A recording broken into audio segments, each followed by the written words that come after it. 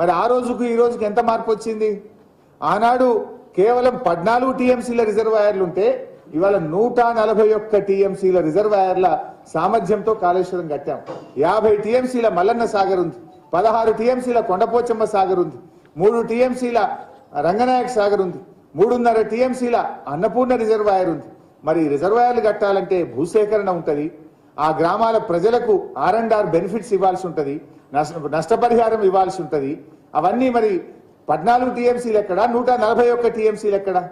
3 బ్యారేజీలు, 3 pump హౌజులు, నీటి సామర్థ్యం పెంచి, ఆయకట్టు పెంచి, స్థిరీకరణ పెంచి, చెరువులకు అనుసంధానం చేసినప్పుడు ప్రాజెక్ట్ కాస్ట్ పెరగదా? మరి మీరు ఏం చేసిందని 17,000కి 40,000 కోట్లు చేసింది ఆ రోజు? 2 ఏళ్ల లోపలనే 17,000 కోట్ల నుంచి 40,000 కోట్లకు పెంచింది మీ కాంగ్రెస్ ప్రభుత్వమే కదా. అంటే మీరు బురద రాజకీయాలకు పాల్పడి ప్రభుత్వం మీద బురద జల్లాలనేటువంటి ఒక అవాస్తవాలను ప్రచారం చేసే ప్రయత్నం చేస్తూ ఉన్నారు. ఇక్కడ 3 విషయాలు మళ్ళీ నేను చెప్పే ప్రయత్నం చేసేది ఏంటంటే, ఒకటి, కాళేశ్వరం ఆయకట్టు 98,000 ఎకరాలనే సత్యదూరమైన విషయాన్ని ప్రచారం చేస్తున్నారు. కాళేశ్వరంలో కొత్త ఆయకట్టు ఉంది, చెరువులకు అనుసంధానం చేయడం ద్వారా వచ్చిన ఆయకట్టు ఉన్నది, స్థిరీకరణ గతంలో కట్టి, ఇప్పుడు SRSP స్టేజ్ 2 ఉందండి.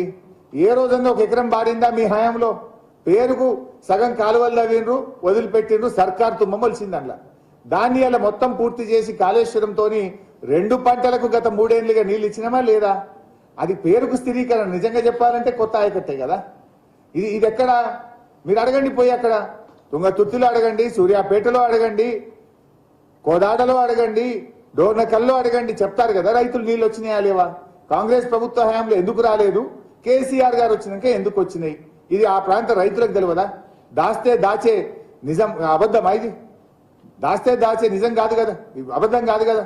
ప్రజలకు తెలుస్తుంది స్పష్టంగా ఏది నిజం ఏది అబద్ధమని. ఆ రైతులను అడిగితే చెప్తారు కదా నీళ్ళు వచ్చింది నిజం. అదేవిధంగా ఆయకట్టుకు నీళ్ళు రాలి. మరి మీరు కల్వకుర్తిలో, నెట్టంపాడులో, భీమాలో ఎందుకు ఇయ్యలే? గత తెలుగుదేశం కాంగ్రెస్ ప్రభుత్వాలు 15 ఏళ్లు సాగదీసి ప్రాజెక్టుల పేరు మార్చి పెండింగ్ ప్రాజెక్టులను పేరు పడ్డది.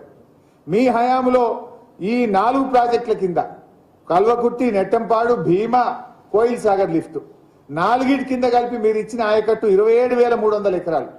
మేము వచ్చిన తర్వాత 6,36,700 ఎకరాలకు నీళ్ళు ఇచ్చాం. మరి ఇది ఆయకట్టు కాదా? 6 లక్షల ఎకరాలు కొత్త యాడ్ కాలేదా? మీరు కూడా చేయండి. మేము అన్ని పూర్తి చేసినాం, 90% పనులు పూర్తి చేసినాం. మీరు మిగతా బ్యాలెన్స్ వర్క్ చేస్తే కాలువల ద్వారా నీళ్ళు ఇవ్వచ్చు కదా. కానీ మీరు ఏదో ఇంత ఖర్చు పెట్టే 97,000 వచ్చింది అని ఒక దుష్ప్రచారం చేస్తున్నారు. ఇలా వరద కాలువ ఎంత అద్భుతమైంది. వరద కాలువ గతంలో 3 ఏళ్లు 4 ఏళ్లు చుక్క నీళ్లు లేక బండలు తేలినాయి. కానీ వరద కాలువను నిండు కుండలాగా మార్చి, వరద కాలువ కింద 2 పక్కల ఇటు జగిత్యాల, కొరుట్ల, మెట్పల్లి, చొప్పదండి, కరీంనగర్, 4 అటు ఆర్మూరు, బాల్కొండ 4-5 నియోజకవర్గాలకు వరద కాలువ వరప్రదాయనైంది కాళేశ్వరం వల్ల. రివర్స్ పంపింగ్ పెట్టి వరద కాలువను నిండు కుండలాగా మార్చినాం. దాని ఫలితాలు కొన్ని వేల లక్షల ఎకరాల రైతులకు నీటి ఊటల ద్వారా ప్రత్యక్షంగా పరోక్షంగా వరద కాలువ ద్వారా మేలు జరిగింది. అదేవిధంగా మన అప్పర్ మానేరులో మొత్తం బండలు తేలినాయి, పగుళ్ళు పెట్టినాం, బీడుపడ్డ అప్పర్ మానేరు అడుగు చూసినాం. కానీ అలా అప్పర్ మానేరులో మండు టెండల్లో కూడా మత్తడి దుంపుతుందంటే కాళేశ్వరం వల్ల కాదా? పోయి అడుగుని ముస్తాబాద్ మండలంలో రైతులను అడిగితే అప్పర్ మానేరుకి వచ్చిన నీళ్ళు ఎక్కడి, గతంలో ఎందుకు రాలే, ఇప్పుడు ఎందుకు వచ్చినాయంటే కాళేశ్వరం ప్రాజెక్టుతో వచ్చినాయని అక్కడ రైతులు చెప్తారు కదా, నేను చెప్పడం కాదు కదా. అప్పర్ మానేరు, ముస్తాబాదు, గంభీరరావుపేట ప్రాంత రైతులను అడిగితే చెప్పరా నీళ్ళు ఎక్కడి నుంచి వచ్చినాయో?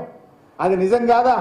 అంటే ఇవన్నీ ఏదో దాచేస్తే మేము దాయగలుగుతామనేటువంటి రీతిలో ఒక దుష్ప్రచారాన్ని జరిపేటువంటి ప్రయత్నం కాంగ్రెస్ పార్టీ చేస్తూ ఉంది.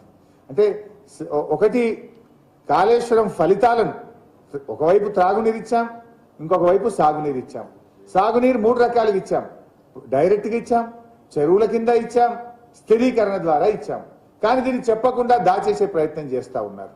కాళేశ్వరం అంటే ఒక మేడిగడ్డ మాత్రమే అన్నట్టు మొత్తం కాళేశ్వరం పోయింది అనేటువంటి ఒక దుష్ప్రచారానికి, ఏదో పార్లమెంట్ ఎన్నికలను దృష్టిలో పెట్టుకొని దుష్ప్రచారానికి పాల్పడతా ఉన్నారు.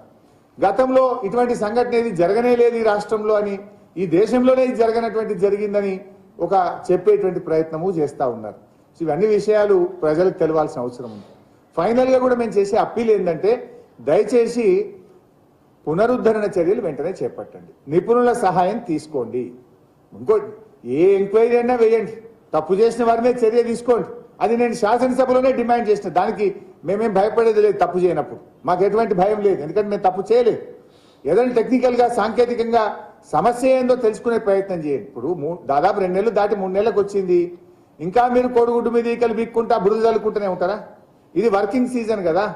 ఈ టెక్నికల్ గా ప్రాబ్లం ఏందో తెలుసుకోండి, సమస్యలు తెలుసుకోండి, పరిష్కారం కనుక్కోనండి, యుద్ధ ప్రాతిపదికన పనులు చేయండి, దోషులను కఠినంగా శిక్షించండి. దానికి మేము వద్దనట్లేదు.